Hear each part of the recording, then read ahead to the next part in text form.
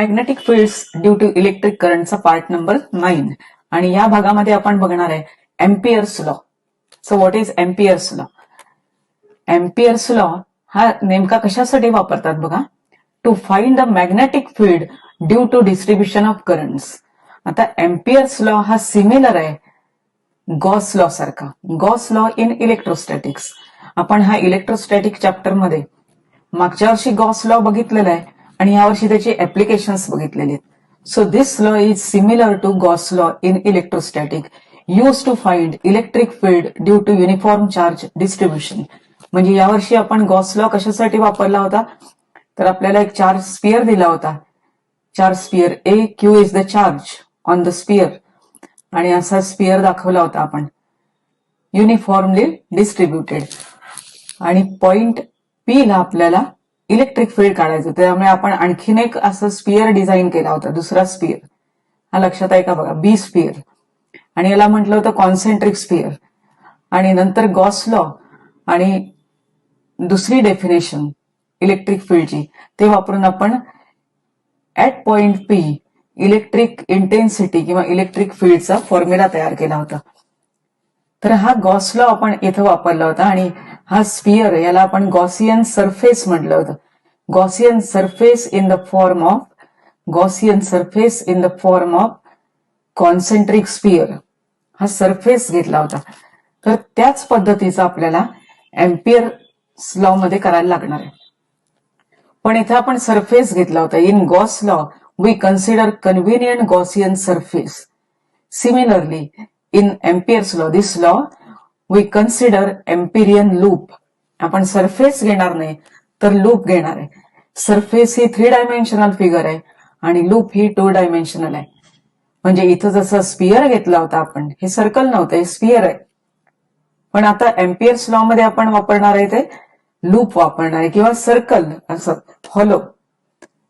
तर यामध्ये to find magnetic field due to distribution of currents, भरपूर करंट्स असतील तर त्या करंट पासून येणारं मॅग्नेटिक फील्ड एखाद्या सर्टन पॉइंटला हे आपण काढणार आहे. इथे आपण काय केलं होतं, चार्ज दिला होता आणि पॉइंट पी ला आपण इलेक्ट्रिक फील्ड काढलं होतं. तसं त्या चार्जच्या ऐवजी काय येणार, करंट्स येणार, डिस्ट्रीब्युशन ऑफ करंट्स. आणि आपल्याला सर्टन पॉइंटला काय काढायचंय, मॅग्नेटिक फील्ड काढायचंय. मग त्यासाठी आपण एम्पियर्स लॉ वापरणार आहे. एनॉलॉजी आहे ही एम्पियर्स लॉ आणि गॉस लॉ मध्ये.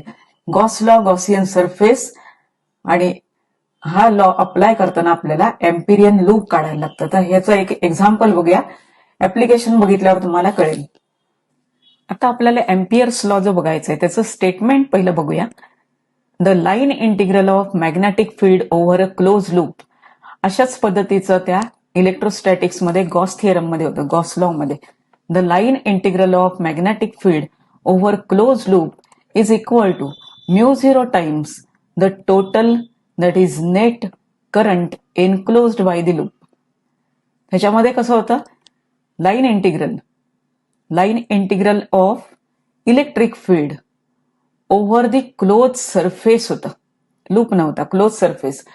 पण सिमिलर लँग्वेज अशीच होती ती, म्हणजे कंटेंट ह्याच प्रकारचा होता, क्लोज सरफेस होता. Equal to Q upon epsilon 0 असं लिहित होतो आपण. आता एम्पियर्स लॉ मध्ये काय लिहितोय बघा, लाईन इंटिग्रलच आहे, क्लोज लूप साठी आहे, म्हणून हे असं दाखवलेलं आहे. बी मॅग्नेटिक फील्ड, तिथं इलेक्ट्रिक फील्ड होतं. आणि डीएल दॅट इज लाईन, लेंथशी संदर्भात आहे, लेंथशी संदर्भ. Line integral over close loop, close साठी आपण हा सिम्बॉल वापरतो आणि हे इंटिग्रेशन आहे. So this is line integral of magnetic field over close loop is equal to μ0 times I and this I is total current inside the loop. आणि Gauss law मध्ये कसं लिहित होतो बघा आपण, this is e dot d s surface होता, this is equal to q enclosed, हा enclosed होता, enclosed by the surface upon epsilon 0. तर अशी सिमिलॅरिटी आहे, एनॉलॉजी आहे. तर ह्या एनॉलॉजीने तुम्हाला हे स्टेटमेंट लक्षात ठेवता येईल. स्टेटमेंट पुन्हा एकदा चेक करा. So this is line integral of magnetic field, line integral over close loop म्हणून हे असं दाखवलेलं आहे, सर्कल दाखवलेलं आहे, क्लोज्ड. पण लूप आहे, सरफेस घ्यायचं नाहीये. Equal to μ0 times I, and what is this? It is a total current inside the loop or net current inside the loop. अशा पद्धतीचं हे स्टेटमेंट. आता तुम्हाला एक्झाम्पल दिल्यावरती हे समजतंय का बघा. तर इथे करंट्स दाखवलेले. आता करंट्स कसे असणार आहेत? बॅटरी असणार, वायर असणार, कंडक्टर असणार आणि त्यातनं करंट पास होणार आहे. पण इथं बाकी काही काढलेलं नाही. वायर्स आहेत असं गृहीत धरा, त्यातनं जाणारे करंट्स. तर इथं 4 वायर्स आहेत असं गृहीत धरा आणि त्यातनं करंट पास झालेले. पण करंट पास होताना काही हे I1 I2 जे दाखवलेलं आहे ते डॉट दाखवलेलं आहे, सिम्बॉल. I3 आणि I4 हा क्रॉस मध्ये दाखवलेला आहे. म्हणजे या ठिकाणी ह्या वायर्स आहेत आणि ह्या 2 वायर्स मधनं जो करंट जातोय, वेगवेगळा करंट जातोय, सेलचा वापर करून करंट पास केलेला आहे. पण ते करंट इनसाइड द प्लेन आहेत. म्हणजे करंट आतल्या बाजूला जाणारे करंट्स वायरच्या आतल्या बाजूला, म्हणजे इन टू द प्लेन. आपण हे फ्रंट व्ह्यू बघतोय असं लक्षात ठेवा, दिस इज अ फ्रंट व्ह्यू. आणि काही करंट्स हे बाहेर येणार आहेत, म्हणजे I3 आणि I4. म्हणून त्याला I3 आणि I4 आहे ते इनवर्ड आहेत आणि I1 आणि I2 हे बाहेर येणारे करंट आहेत, डॉटने दाखवलेले आहेत. इथं लिहिलंय बघा, number of currents I1 I2 coming out, I3 I4 going inside. म्हणजे थोडक्यात काय, 4 वायर्स आहेत आणि ह्या वायर्स मध्ये करंट हा वेगवेगळ्या दिशेने जातो. आणि at point P you have to find out magnetic field B. आता हे कसं काढायचंय, तर एम्पियर्स लॉ वापरायचा आहे. आणि तो कसा वापरता येतो बघा. आता इथं I1 I2 I3 I4 या करंटमुळे या पॉइंटला मॅग्नेटिक फील्ड किती येणार, त्यासाठी तुम्हाला एम्पियर्स लॉ मध्ये काय काय ऍडजस्टमेंट केली पाहिजे किंवा त्याच्यामध्ये काय अरेंजमेंट केली पाहिजे. जसं तुम्ही इलेक्ट्रिक फील्ड काढलेलं आहे, सिलेंडरचं काढलेलं आहे, त्यानंतर स्पिअरचं काढलेलं आहे, त्यानंतर प्लेन शीटचं काढलेलं आहे, when it is uniformly distributed by charges. तर इथं डिस्ट्रीब्युशन करंटचं आहे आणि आपण एम्पियर्स लॉ वापरतोय. त्यासाठी काय करायला लागणार आहे बघा. पहिला एम्पिरियन लूप काढला पाहिजे. जसं गॉसियन सरफेस तसं एम्पिरियन लूप. आता हे कोणत्या फॉर्म मध्ये येणार बघा. एम्पिरियन लूप, हा लूप कसा घेतलेला आहे बघा. पॉइंट P जो आहे त्या पॉइंट P वरनं हा लूप तयार केलेला आहे. Point P lies on this loop. आता कन्व्हिनियंट म्हणजे सर्कल घेतलेला आहे, लूप हा सर्कल फॉर्म मध्ये घेतलेला आहे आणि पॉइंट P हा सर्कम्फरन्स वरती असेल, याला आपण म्हणतो एम्पिरियन लूप. मग तुम्ही म्हणणार हा करंट बाहेर आहे, हा करंट हे बाकीचे आत आहेत.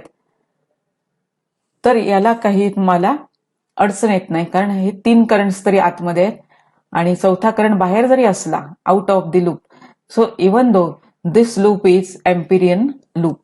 कन्व्हिनियंट लूप तयार करायचंय आणि लूप कसं पाहिजे, कन्व्हिनियंट शेप मध्ये. म्हणजे सर्कल हा शेप सर्वात सोपा आहे, त्यामुळे हे एम्पिरियन लूप तयार केलेलं आहे. आता इथं प्रोसिजर दिली आहे, तुम्ही काय काय करायला पाहिजे. To find the magnetic field at point P due to all currents. Currents सगळे घेतलेले आहेत. 1. This is a first step. We draw convenient Amperian loop. Circle form मध्ये काढलेलं आहे. Such that point P lies on it circumference. आता हे loop even though I4 lies outside, तरी सुद्धा हे कन्व्हिनियंट लूप आहे. त्यानंतर सेकंड पार्ट काय करायचं आहे बघा. Choose the direction of loop. म्हणजे लूपचं ट्रेसिंग करायचं आहे. आता लूपचं ट्रेसिंग म्हणजे हा लूप आपण काढलेला आहे तो या फॉर्म मध्ये, हे त्याचं ट्रेसिंग झालं. ट्रेसिंग कसं घेतलेलं आहे, अँटी क्लॉकवाईज. कुठल्याही डिरेक्शनने चालतं हे, एनी डिरेक्शन. तुम्ही जरी असं केलं क्लॉकवाईज तरी सुद्धा चालणार आहे, पण इथं दाखवलं हे अँटी क्लॉकवाईज. त्यानंतर थर्ड पार्ट काय बघा. Use curl palm right hand rule. Curl palm right hand rule. Right hand रूलच आहे, पण कर्ल पाम मध्ये हा रूल कसा वापरतात बघा. तुम्हाला राईट हँड रूल माहिती आहे. थंब हा डिरेक्शन दाखवतो करंटची. थंब काय दाखवतो, थंब. हे फक्त रिवाइज करा. डिरेक्शन कशाची दाखवतो, हा करंटची, आउटस्ट्रेच थंब. आणि फिंगर्स काय दाखवतात, मॅग्नेटिक फील्डची डिरेक्शन दाखवतात. पण पाम रूल ज्या वेळेला आपण वापरतो त्यावेळेला हे फक्त रिव्हर्स करायचे. म्हणजे फिंगर्स दाखवणार करंटची डिरेक्शन आणि थंब दाखवणार ट्रेसिंग म्हणजे फील्ड ट्रेसिंगचे डिरेक्शन. आता या ठिकाणी पाम रूल आपण लूपसाठी वापरणार आहे, त्यामुळे हा कसा वापरलेला आहे बघा. आता हा राईट हँड पाम रूल आहे. फिंगर्स डिरेक्शन आहे लूपच्या डिरेक्शन मध्ये आणि थंब आउटस्ट्रेच आहे. आता तुम्हाला इथं थंब हा अपवर्ड दिसतोय, पण तुम्ही जर प्रत्यक्ष करून बघितलं, समोर एखादी रिंग ठेवली आणि त्याला हा असा जर फिंगर्स ठेवले तर हा थंब जो आहे तो तुमच्याकडे येणार आहे, म्हणजे आउटवर्ड होणार आहे. Outward, out of the plane of ring, हा आउटवर्ड दिसणार.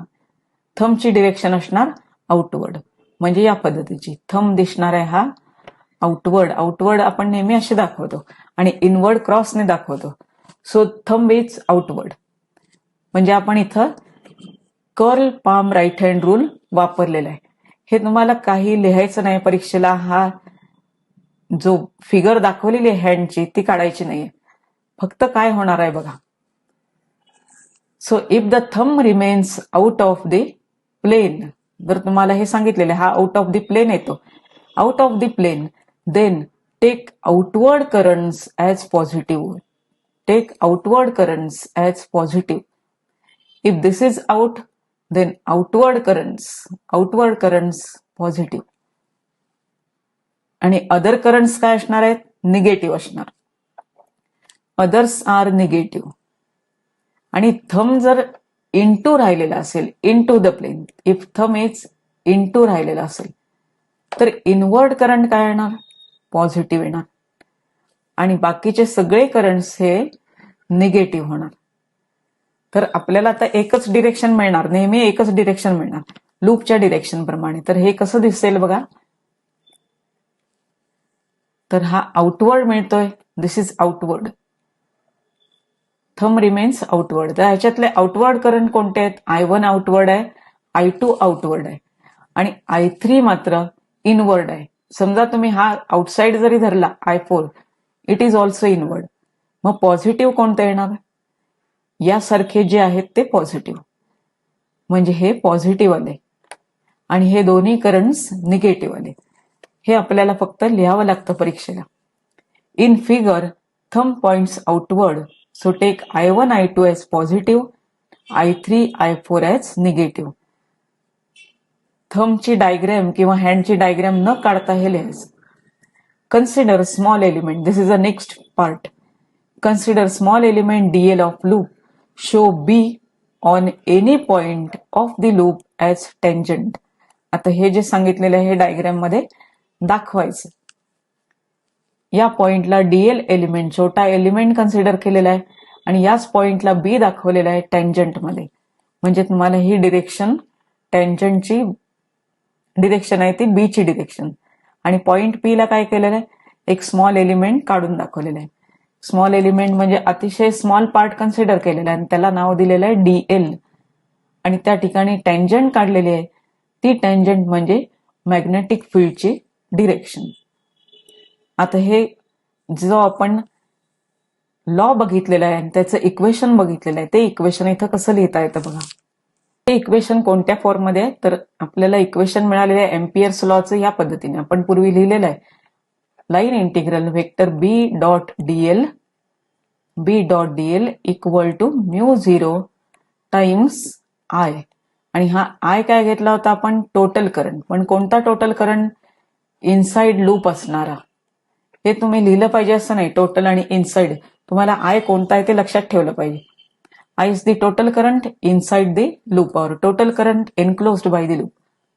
आता ही साइड झाली लेफ्ट हँड साइड आणि हे RHS राईट हँड साइड. आता या ठिकाणी लेफ्ट हँड साइड सोडवलेली आहे, सुरुवातीला ही LHS साइड सोडवलेली. Vector B dot d l integration closed integral equal to b d l cos theta. हा आपण डॉट प्रोडक्टचं डेफिनेशन वापरलेले, कॉस थिटा मध्ये लिहितो.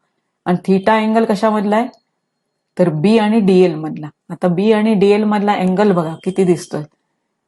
डिरेक्शन ऑफ डीएल त्याच बाजूला आणि बी सुद्धा त्याच बाजूला, म्हणजे अँगल किती असणार, हा 0 angle. This angle is 0 angle. This is 0 angle.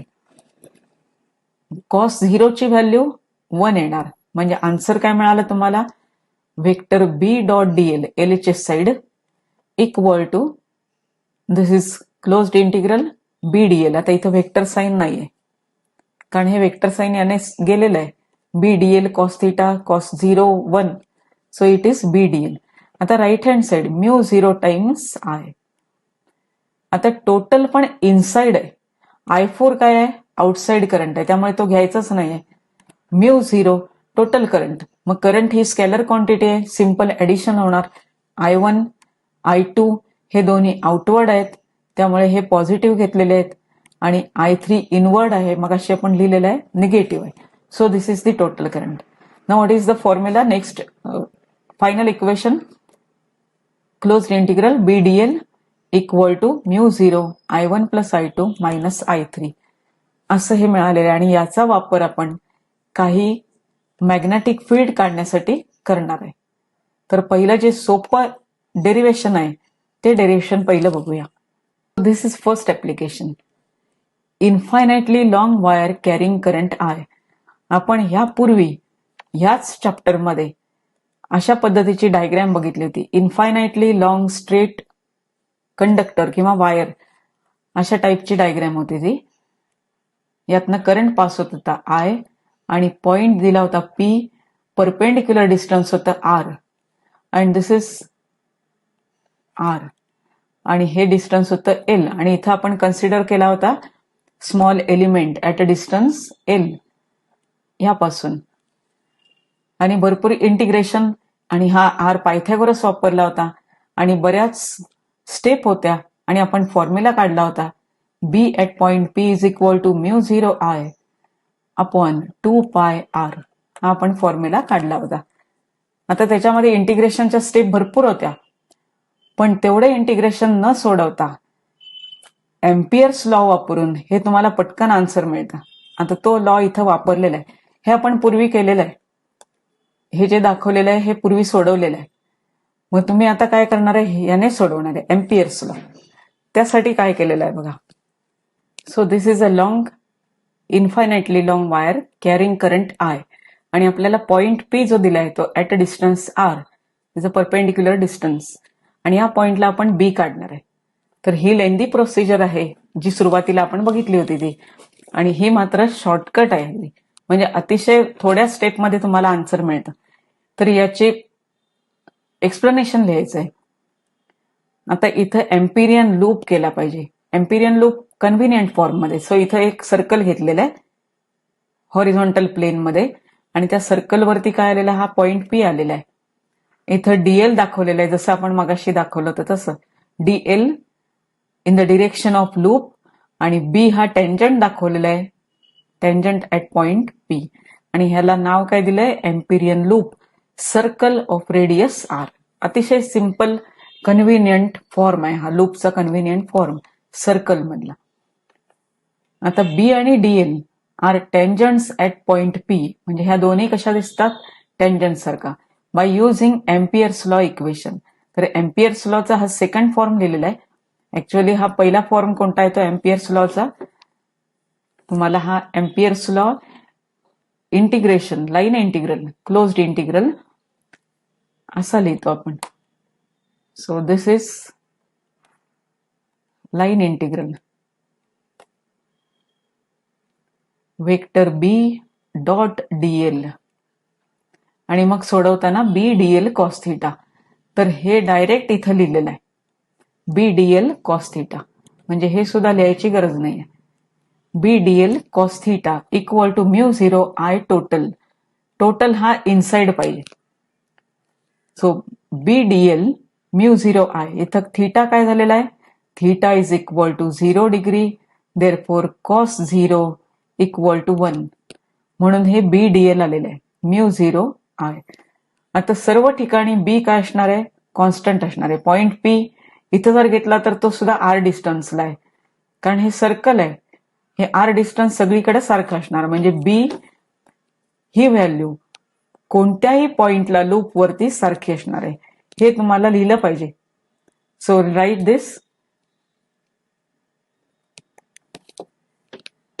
B is constant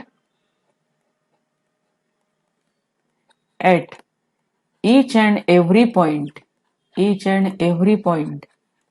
on loop, म्हणजे कॉन्स्टंट झाले. त्या कॉन्स्टंट झाल्यामुळे बी हा इंटिग्रेशनच्या बाहेर घेतलेला आहे.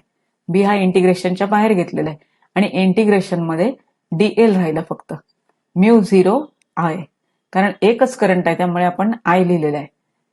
जर करंट्स जास्त असतील तर हे ऍडिशन होणार आहे. आता इथं डीएलचं इंटिग्रेशन सोडवलेलं आहे. डीएलचं इंटिग्रेशन, डीएल म्हणजे हा लूप झाला पूर्ण.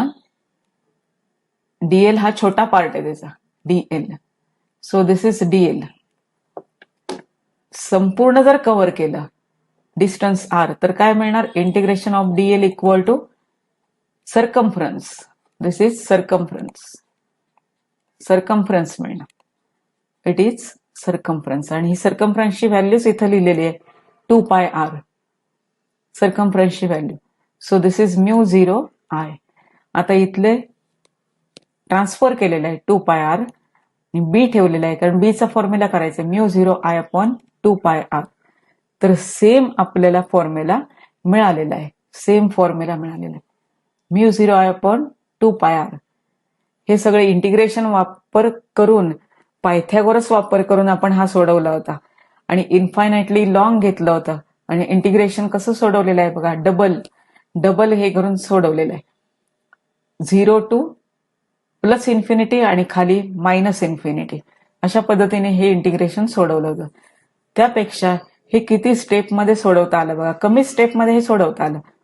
So this is magnetic field due to current carrying infinitely long wire at point P at a distance r by considering Amperian loop. Amperian loop design करा. लूप हा सुद्धा convenient form मध्ये आहे.